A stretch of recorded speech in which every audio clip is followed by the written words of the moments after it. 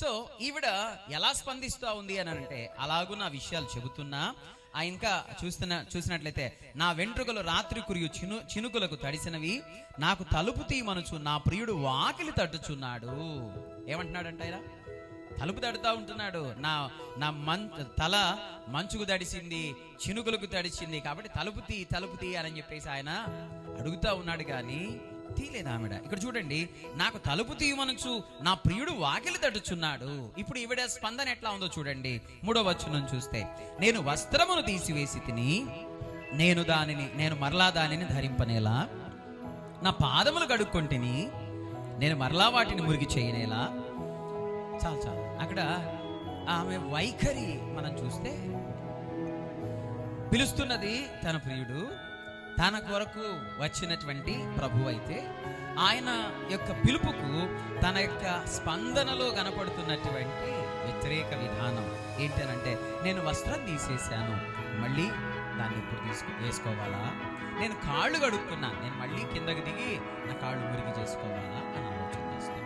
ఈనాడున క్రైస్తవ సమాజంలో అనేకులు దేవునికి స్పందించే విషయంలో ఇలాగుననే ఉన్నారు అని అంటే, ఒకవేళ ఒప్పుకోకపోవచ్చేమో, కానీ ఇది సత్యం. అనేకుల యొక్క వైఖరి దేవుని సాన్నిధ్యంలో దేవుని కొరకై తృష్ణ కలిగి, దేవుని సన్నిధి కొరకైనటువంటి ఆ ఆలోచన కలిగి విశ్వాసంలో కొనసాగుతున్న విశ్వాసులను మనము కనుగొనడం చాలా అరుదు, తక్కువ అని అంటే కష్టంగా ఉంటదేమో, కానీ అది వాస్తవమే.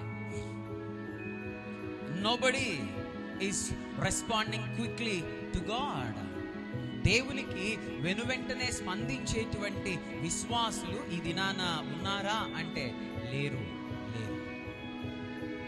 ఈవిడ కూడా తన ప్రియుడు తనను ఎలాగున సంబోధిస్తున్నాడన్న విషయం చెప్తా ఉంది. నా ప్రియురాలా, నా పావురమా, నిష్కళంకురాలా, ఆలకింపు, నా తల మంచుకు తడిసింది. ఇంతగా బ్రతిమలాడుతుంటున్నా ఇవిడేం చేయలేదు. స్పందించాల్సిన టైంలో స్పందించాలి, వెనువెంటనే స్పందించాల్సిన చోట స్పందించాలి. ఇప్పుడు ఇంకొక మాట, ఆలస్యంగా స్పందిస్తావు. అక్కడ తర్వాత చదివితే 4వ వచనం, తలుపు సందులో నా ప్రియుడు చెయ్యుంచగా నా అంతరంగము అతని ఎడల జాలిగొనెను. అసలు ఈ మాట చెప్పడానికి లేదా చదవడానికి చాలా కష్టమైనటువంటి మాట. దేవుని ఎడల తనకు, ప్రభు ఎడల సంఘానికి జాలి కలిగేటువంటి పరిస్థితి.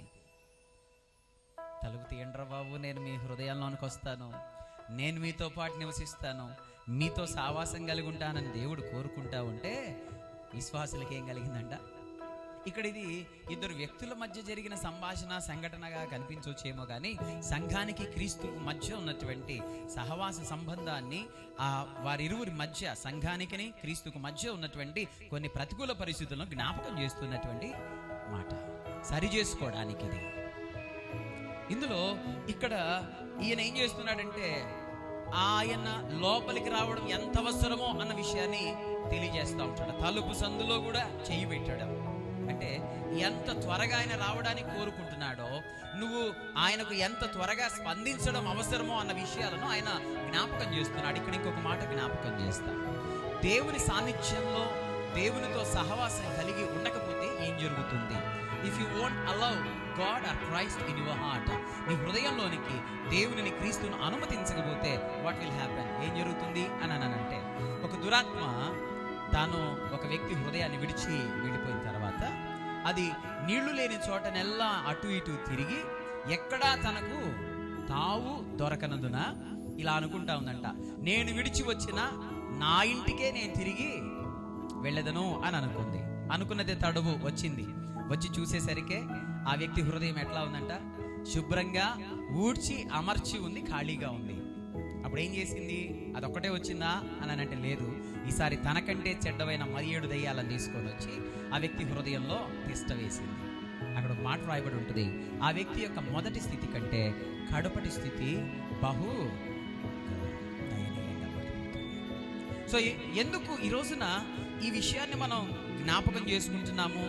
విశ్వాసిగా సియోనులో నువ్వు నివసించాలనే దేవుడు కోరుకుంటున్న ఆ కోరిక వెనక ఆయనకు నువ్వు ఎలా స్పందించాలి అని ఆలోచన చేస్తున్నామనంటే we need to quick respond, we need to be response very quickly to God. మన దేవునికి మనం ఎలా స్పందించాలంటే వెంటనే స్పందించాలి. అశ్రద్ధ తాగదు అన్నది ఈ సందర్భంగా దేవుడు మనకు జ్ఞాపకం చేస్తున్న విషయం.